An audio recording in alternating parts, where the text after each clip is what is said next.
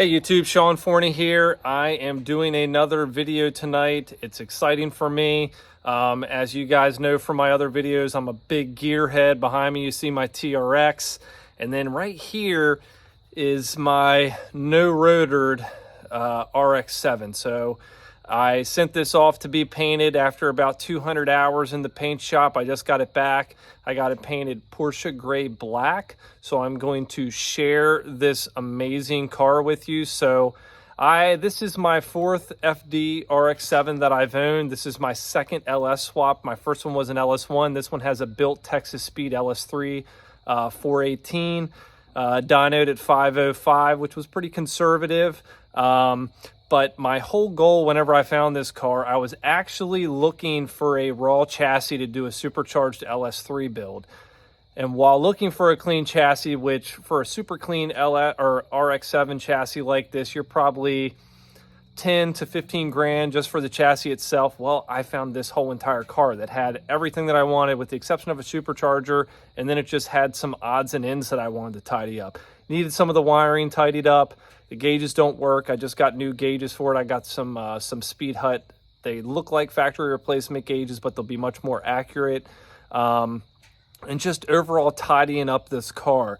So it is absolutely breathtaking. It turned out phenomenally. Couple little blemishes here and there in the paint job, but it was such a good deal on the paint job that I told the guy I wasn't expecting a work of art that belongs in the Smithsonian. So this video, I'm going to share with you the details of my 1993 Mazda RX-7 LS3 and my plans for it. So stay tuned. Make sure you like and subscribe. Any other questions about any of my vehicles or whatever you see here, please feel free to ask, comment below. Thanks. Stay tuned.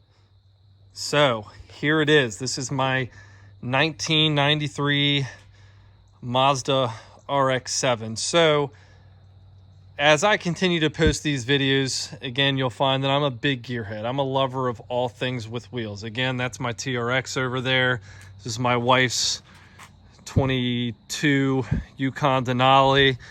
I have the CT5e Blackwing on order. I'm constantly always looking for good deals. And, I'm 35 years old, so I grew up with these cars being popular, just like the Supras.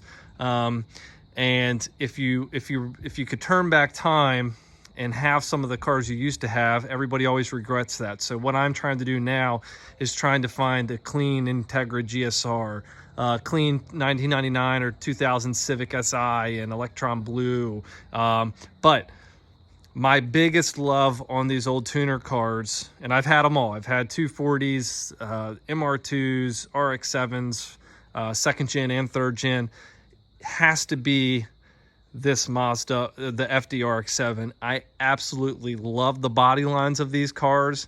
They have started to shoot up in value as of recently, and this is a very, very clean specimen. So as most of you guys know that are RX7 lovers, these cars, you might be able to find them with a good body, but they don't have good interior. Or they got some rust underneath or whatever. Well, this car is a Southern car. It's got clean body lines, and it's got all of its interior pieces. So whenever I found this, again, I was just looking for a raw chassis, and then I found this car with the Texas Speed swap in it. I had to have it. So I sold my LS1 RX-7. Luckily, since the value's increased, I was able to sell it for enough just to pay cash for this one. So this is it. And again, this is a 1993 RX-7. These cars are, again, these body lines, I have the hood popped. There's not really a gap like that, but it has shine side skirts. It's got inky NT03 wheels.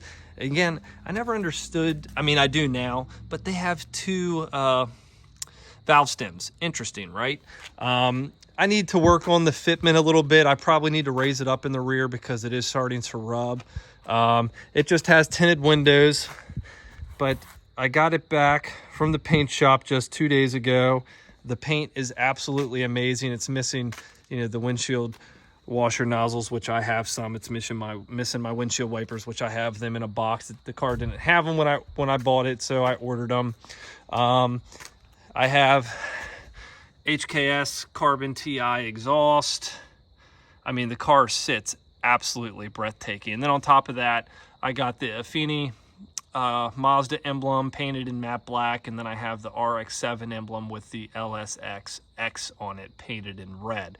So some of my favorite stickers, again, the guy that I bought, well, two guys that owned this car ago, he put the Tuna No Crust sticker on there as a tribute to Paul Walker, and then the Back to the 90s sticker. I freaking love that.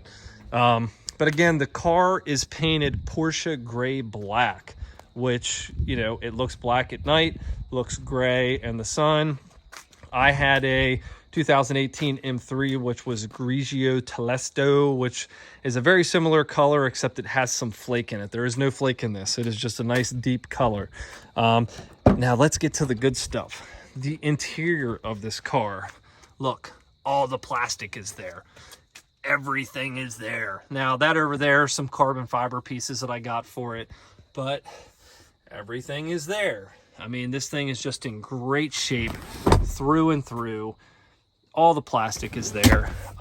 This was a touring car, so in the trunk, it does have the Bose tunnel holes, but obviously that has been removed. The battery's been relocated back here to the trunk, which is perfectly fine. But all in all, again, this car is such a clean FD specimen that I just could not help myself. I mean, it is absolutely a beautiful car. Now here's the good part.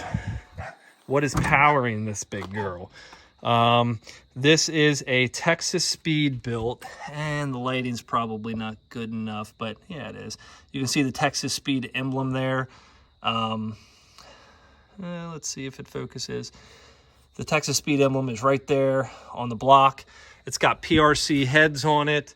It's got a cam. It's got a little bit of everything. So, I mean, this car runs out very, very well. And one of the important factors on these cars is cooling. Well, this has a proper mounting kit, and that's actually built for these swaps. And, you know, it just, you know, with this particular swap kit, the engine sits low enough that you can retain the factory hood, which is one of the things that I like. It does have Apexi N1 coilovers, but I mean, whenever you put an LS in these cars, you're talking 2,800 to 3,000 pounds. Again, with 505 horsepower. My whole goal is to tweak the tune a little bit, hopefully get it up to around 550. After buying this thing, I realized it has plenty of power that you do not need to supercharge this car, although it would be wicked cool. I do have big dreams to put a Hellcat engine in an FD, but not this chassis. This car is perfect as it is, so I may find another chassis to do that with. But this car has working AC, which, again, my goal with this particular FD is to make it as perfect and reliable as a daily driver as possible. So to me, that means cruise control, air conditioning, heat. Right now, it does have a little bit of slop in the driveline somewhere. It does have a lightweight aluminum drive shaft. And then it does also have the Ford 8.8-inch rear end out of a Cobra. It has a little bit of slop somewhere, so I have to figure out where that's at and address it. But my whole goal, now that it's October, well, coming up here in October, we're moving into winter, I will put this thing into the garage, and whenever it comes out of hibernation next spring, this will be a perfect driving car. I mean, it does absolutely look the part. Now I'm going to get it to play the part as well. So, in a nutshell, again, this is my 1993 Mazda RX7 with a built Texas Speed LS3 418. Again, car is absolutely phenomenal. I love everything about it. I love how the paint turned out. It does have the FD3S spoiler instead of the factory touring spoiler. But, you know, I love the way it looks. I do have carbon fiber inserts for here, and then also for the scoops on the side. I figured the carbon fiber would accentuate the color very, very well. So again, this is a video that I'm very, very happy to be doing for you guys because I've been anxiously awaiting for 5 weeks for this thing to get back. Pretty much immediately after I got it, I had it a couple weeks. I'm like, hey, the last thing this thing needs is a proper paint job, so let's do it. So here she is. If you guys have any questions about this car, about this build, or anything you would like to see done to it, or any other details, please let me know. I will do some driving videos of it soon. Now I'm gonna pause it and then I'll start it back up so you guys can hear it. Okay, so now I have her started. Let's hear how she sounds. Not quite as loud as my last LS1, but it does have a proper exhaust on it. At least I think it's a proper exhaust.